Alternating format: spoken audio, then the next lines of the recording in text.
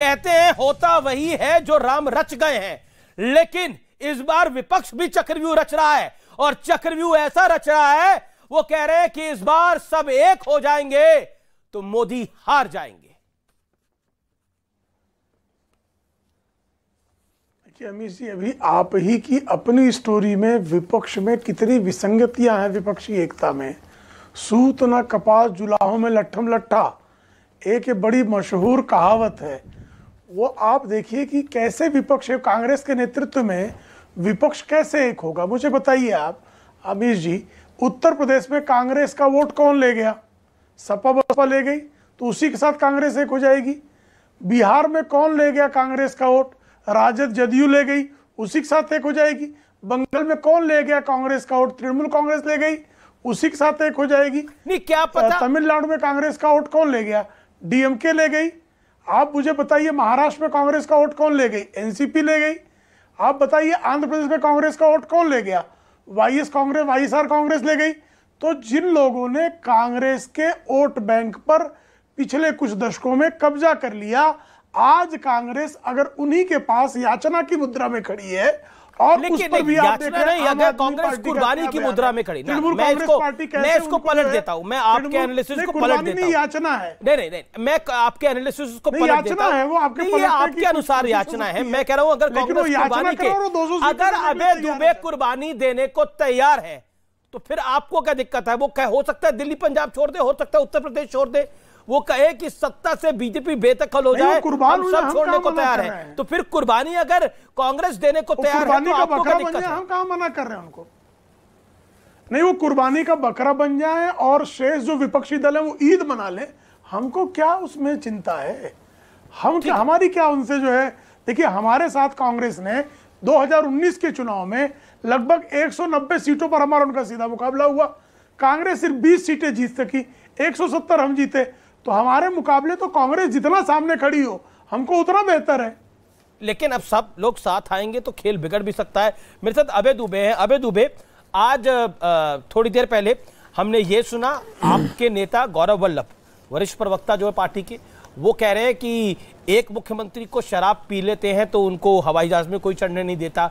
दूसरे मुख्यमंत्री के कई साथी जो है वो भ्रष्टाचार के आरोप में बंद हैं। और अरविंद केजरीवाल कह रहे हैं कि मीटिंग का एजेंडा सबसे पहले तो अध्यादेश है, यानी पहला एकता नहीं है, पहला अध्यादेश है। तो अध्यादेश पर आपकी राय क्या है?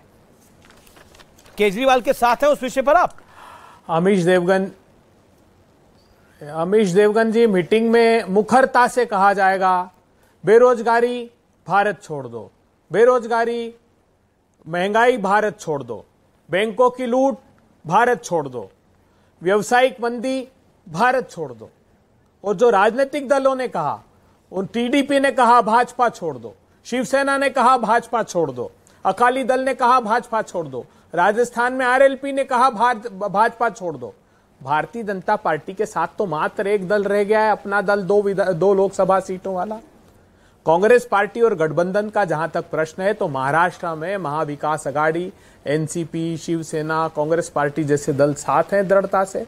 अब आप आ जाइए झारखंड में तो झारखंड मुक्ति मोर्चा और कांग्रेस पार्टी साथ है, वहां पर भी कोई तकलीफ नहीं है। बिहार आ जाइए तो जेडीयू, आरजेडी, कांग्रेस, लेफ्ट साथ हैं दृढ़ता से।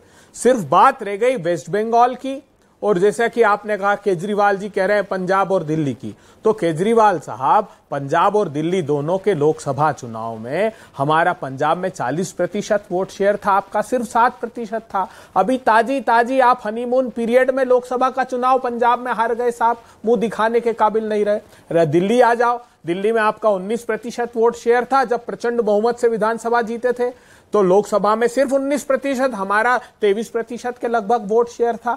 तो आप किस मुंह से ये बात कर सकते हैं? पहली बात। दूसरी बात, 2004 में भी यही पूछते थे हमसे पत्रकार लोग। 2004 में भी उत्तर प्रदेश में समाजवादी पार्टी, बहुजन समाज पार्टी से गठबंधन नहीं हुआ। लेफ्ट से हमारा वेस्ट बंगाल में, त्रिपुरा में, केरला में गठबंधन नहीं हुआ, जबकि सरकार थी। लेकिन जब चुनाव हो गए तो 335 सीटों का एक दल, बड़ा दल ने 10 साल तक भारत को अग्रणी भूमिका दी। 10 साल आपने राष्ट्रीय भारत मान लेता हूं, मैं मान लेता हूं गठबंधन आपका बड़ा है, गठबंधन आपका बड़ा है, लेकिन सीटें बीजेपी की बड़ी हैं। सारा गठबंधन एक तरफ, बीजेपी की अपनी सीटें एक तरफ, ये भी सच्चाई है, इसमें भी कोई दोहराई नहीं है। लेकिन मैं आम आदमी पार्टी की प्रवक्ता का रुख करता हूं। 11 प्रांतों में एक 11 प्रांतों में अमीश जी एक 10 सेकंड नहीं, अब आपने ये 10-10 सेकंड करके तो काम नहीं होगा ना, बाकी भी प्रवक्ता है, मैं बाकी नेताओं का भी रुख कर लेता हूं। मैडम रीना गुप्ता जी, आपकी एक मुख्यमंत्री को शराबी कह रही है कांग्रेस, दूसरे मुख्यमंत्री के लिए वो जिस शब्दों का इस्तेमाल कर रही है वो कह रही है कि ये जो मुख्यमंत्री हैं इनके तो कई लोग जो हैं वो जेल में बंद है, मतलब भ्रष्टाचारी कह रही है। और आप बैठक में साथ बैठेंगे और फिर अरविंद जी कह रहे हैं कि बैठक का सबसे बड़ा एजेंडा जो होगा वो एक यही होगा, ऑर्डिनेंस।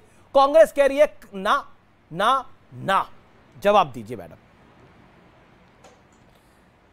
देखिए अमीश जी, कांग्रेस के छुटभइये नेता कुछ भी बोलते रहें, लेकिन हमें पूरा विश्वास है कि कांग्रेस पार्टी जो है संविधान को बचाने की बात करेगी, इस देश में लोकतंत्र को बचाने की बात करेगी।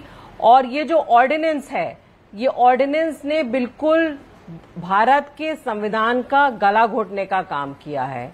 और विपक्षी यूनिटी की आप लोग बात करते रहते हैं, विपक्ष तो साथ में है ही, बाकी देश के 140 करोड़ लोग, रोजगार के जो मारे हुए लोग हैं, जो युवा लोग हैं, जो गृहिणी हैं, जो किसान हैं, वो सारे लोग एकजुट हो गए हैं और सब लोग मिलके सिर्फ एक नारा दे रहे हैं कि भारतीय जनता पार्टी को निकाल के बाहर फेंकना पड़ेगा, तभी हम देश को बचा सकते हैं। आपने कांग्रेस के नेताओं के लिए एक शब्द का इस्तेमाल किया कि छुटभइया नेता।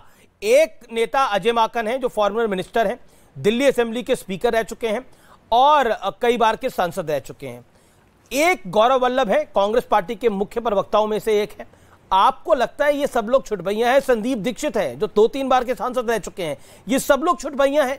गौरव वल्लभ की बात तो आज की मैंने चलाई, ये सब छुटभइया हैं?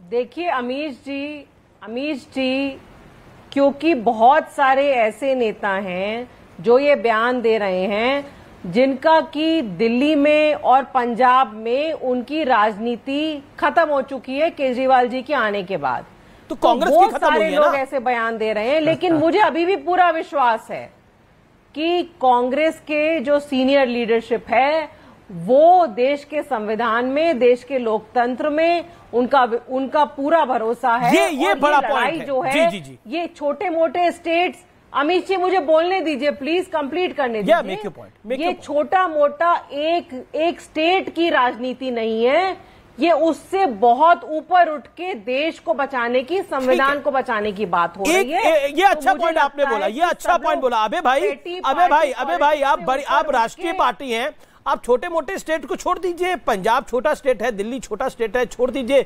उत्तर प्रदेश मान लेते हो बड़ा स्टेट है, वो भी छोड़ दीजिए इन स्टेट को। आप देश की राजनीति करिए, आप देश की पॉलिटिक्स करिए। मतलब ये कुल मिलाकर कहा जा रहा है कि पहली, दूसरी, तीसरी, चौथी, पांचवी पास मत करिए, सीधा छठी में आ जाइए। तैयार है इसके लिए? विडंबना देखिए कि इनके राजनीतिक दल में कोई बड़ा है नहीं, सारे ही छुटभइये हैं। जो टॉप टू बॉटम बयान देते हैं सब छुटभइये हैं और छुटभइयों जैसे ही बयान देते हैं। ये बात सही है, कांग्रेस पार्टी ने हमेशा संविधान में आस्था रखी है और जो भी कांग्रेस पार्टी निर्णय लेती है वो प्रजातंत्र को बचाने का लेती है, प्रजातंत्र के समर्थन में दृढ़ता से खड़े होकर लेती है। लेकिन कांग्रेस पार्टी की शरण में आने से पहले केजरीवाल साहब को क्षमा मांगना चाहिए। इन्होंने ही तो दुष्प्रचार कांग्रेस पार्टी के खिलाफ किया था। आज तक कोई प्रमाण उसके नहीं मिले, एक केस के नहीं मिले। आप देखिए, कोर्ट ने कहा कि 7 साल तक प्रतीक्षा करते रहे 2G के केस में, कोई एक एविडेंस लेकर नहीं आया और एक्विटल हुआ सब में। तो इनको क्षमा मांगनी चाहिए। हाँ, कांग्रेस पार्टी हमेशा प्रजातंत्र के समर्थन में खड़ी रहती है, ये बात हम दृढ़ता से कहते हैं। लेकिन आज बड़ी लड़ाई है जो भारतीय जनता पार्टी, ठीक है, जवाब लेते हैं। सेठों को, रीना गुप्ता जवाब। 27 रुपए आपके टॉप टू बॉटम सभी नेता छुटभइये हैं, लूट मची हुई है, उसके खिलाफ दृढ़ता से। ठीक है अमीश जी, ये शो आपने कांग्रेस बनाम आम आदमी पार्टी में कन्वर्ट कर दिया क्या? लेकिन मैं जवाब देती हूं। देखिए, जो भी जनता के पास जनता के मुद्दों को हल करेगा, जो बढ़िया गवर्नेंस मॉडल देगा, जनता उसको चुनेगी। दिल्ली और पंजाब में दोनों जगह हमने कांग्रेस को मात दी है, और वो इसी वजह से दी है क्योंकि हमने काम की राजनीति करी। और आज हम ये कह रहे हैं कि जो देश को संविधान की बचाने की लड़ाई है, उसमें हम सबको अपने स्टेट्स की छोटी पॉलिटिक्स से ऊपर उठ के तो आप ये एडवाइस जो कांग्रेस को दे रहे हैं, मैडम रीना जी जो आप एडवाइस कांग्रेस को दे रहे हैं, अगर कांग्रेस आपको ये एडवाइस दे, ठीक है आपको देश की राजनीति करनी है तो आप दिल्ली छोड़ दीजिए, दिल्ली में कांग्रेस को चुनाव लड़ने दीजिए, बताइए आप तैयार हो जाएंगे? मैं सवाल पूछ रहा हूं आपसे। नहीं, हम दिल्ली क्यों छोड़ दें? दिल्ली की जनता ने हमको तो फिर कांग्रेस को दिल्ली छोड़ दें, जनता ने हमको चुना फिर दिल्ली कांग्रेस को छोड़ दें, पंजाब क्यों छोड़ दें कांग्रेस? लेकिन अमीश भाई इस समय डिबेट क्या हो रहा है? अमीश जी, डिबेट इस समय ये हो रहा है कि भारतीय जनता पार्टी से देश के 140 करोड़ लोग परेशान हैं, क्योंकि पिछले 9 साल में भुखमरी, बेरोजगारी। नहीं, ये बात आपकी, इस बात को मैं एक सेकंड लेकिन जो मैंने सवाल पूछा, मैडम रीना जी मैं अभी विषय पे आ रहा हूं। देखिए, विपक्षी एकता पर इससे सार्थक बहस कुछ नहीं हो सकती कि हम इत्मीनान से बात कर रहे हैं। मैंने बड़ा सरल सवाल पूछा, आप कह रहे हैं, सब कह रहे हैं कि कांग्रेस तो देवदास बन जाए। माफ करिए, मैं एक फिल्म को कोट कर रहा हूं, क्योंकि उसमें बोलता है कि चुन्नी बाबू ये छोड़ दो, चुन्नी बाबू वो छोड़ दो, कोई कहता है महाराष्ट्र छोड़ दो, कोई कहता है उत्तर प्रदेश छोड़ दो, कोई कहता है दिल्ली छोड़ दो, कोई कहता है पंजाब छोड़ दो। तो कांग्रेस सब छोड़ दे, लेकिन कांग्रेस के लिए कोई कुछ नहीं छोड़ेगा। तो फिर ये नेशनल पॉलिटिक्स किस बात की करेंगे? दिल्ली ये नहीं लड़ेंगे, आंध्र ये नहीं लड़ेंगे, पंजाब ये नहीं लड़ेंगे, बिहार में सबसे कम सीटों पे ये लड़ेंगे, 2-4 सीटें जकात के तौर पर पूरा गठबंधन दे देता है।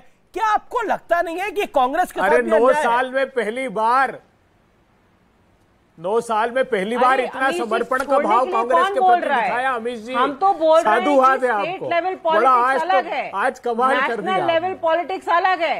कोई किसी को कुछ छोड़ने के लिए नहीं बोल रहा है। हम बोल रहे हैं national level politics, state level politics अलग अलग है। नहीं तो पंजाब पे 13 लोकसभा सीटें आती है।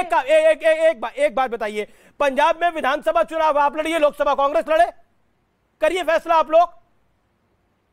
और कांग्रेस विधानसभा अगर छोड़ने को तैयार है तो निर्णय करिए ना आप लोग आपस में। ये अमीश जी ये बिल्कुल करेंगे आपस में बैठ के। अमीश जी टीवी चैनल पे नहीं होंगे ये निर्णय, ये आपस में मिलकर। अरे आप उनको, आपके नेता उनको छुटभैया कह रहे हैं, वो आपके मुख्यमंत्री को शराबी कह रहे हैं, आप कह रहे टीवी चैनल को तो बाइट दी जा रही है। ये सब कुछ ये पर्सनली फोन पे बोला जा रहा है। अमीश जी 23 तारीख को ये सारे डिस्कशंस होंगे और 23 तारीख को ये डिस्कशन होगा कि कैसे भारतीय जनता पार्टी से मुक्ति दिलानी है देश को।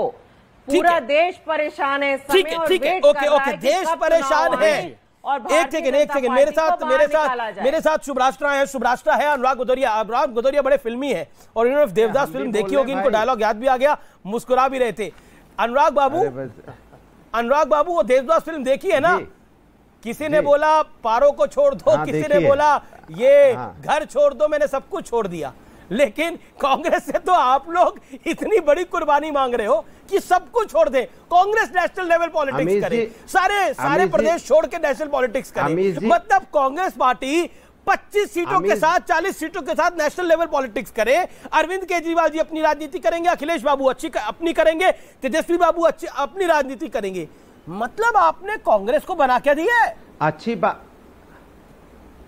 अच्छा लग रहा है अमीश जी, आप विपक्ष की चिंता कर रहे हैं। हाँ, वो बात जरूर है कि आप किस वजह से कर रहे हैं, हमारे प्रवक्ता समझ गए होंगे। इसलिए अपने साथी प्रवक्ताओं से कहूंगा मैं कि इस सब बातों में मत आओ, क्योंकि ये हमारी चिंता नहीं कर रहे हैं, ये दरअसल में हमें लड़ाना चाहते हैं। सवाल ये नहीं है अमीश जी, सवाल ये है कि राष्ट्र के लिए सब एक साथ खड़े हैं। हमारे वैचारिक मतभेद हो सकते हैं, इसमें कोई दो राय नहीं, क्योंकि अलग दल है, अलग पार्टियां हैं, वैचारिक मतभेद होंगे ही, लेकिन मतभेद नहीं है। चलिए, आपकी बात को ऊपर रख दिया अनुराग भाई, आपकी बात को ऊपर रख दिया। राष्ट्र के नाम पर 80 में से कांग्रेस को कितनी, 80 में से कितनी सीटें? 25 सीटें राष्ट्र के नाम पर, मेजोरिटी आप लड़िए, 25 कांग्रेस को देंगे राष्ट्र के नाम पर। अच्छा बोल राष्ट्र के नाम। अमीश भाई, आप तो मेरे मित्र, क्यों परेशान हो रहे हैं? बोलने दीजिए ना। तो बोलने दे रहा हूं, थोड़ी देर बोलने दीजिए। हाँ। देखिए, ये टीवी डिबेट पे हम नहीं बता सकते, लेकिन ये तय है कि विपक्ष एक साथ नजर आएगा। हो सकता है, हमने बार बार बोला, हो सकता है कि चीजों में आप 80 में 80 यहां पे उत्तर प्रदेश में बीजेपी हारेगी, ये तय है, ये तय मानिए। कैसे हारेगी ये तो मैं टीवी डिबेट में नहीं बताऊंगा, ये तो भाई 23 तारीख को बैठेंगे, मैंने देखा है। आपस में आपको प्रत्यक्ष को प्रमाण की जरूरत क्या, मैंने देखा है 2019 के अंदर, 2018 के अंदर आप यही कहते थे बहन जी, बुआ जी और भतीजा एक साथ आए हैं। देखिए 80 में से बीजेपी को 1-2 मिल जाए तो बड़ी बात है, लेकिन जब 2019 का नतीजा आया 11 बजे के बाद आप नहीं दिखे थे। ये बात सच है ना? अब सुन तो लीजिए, 2019 के चुनाव का नतीजा जब आया तो 11 बजे के बाद आप नहीं दिखे थे मुझे। क्या है, आप बोलने ही नहीं दोगे। अब आप तब कांग्रेस आपको कहती रही 2019 के अंदर कि हमको भी 15 सीटें दे दो, 5 दे दो, 10 दे दो, लेकिन आपने एक को नहीं दी, एक को सीट नहीं दी कांग्रेस को। अरे सुन तो लीजिए भाई, मेरी बात ही नहीं बोलने दोगे तो फायदा क्या भाई? अगर आपने हमें सम्मान पूर्वक बुलाया है तो सम्मान पूर्वक बोलने दीजिए। हाँ बोलिए, अगर आप ही सब बात हमारी बोल देंगे तो हम अपनी बात क्या करेंगे?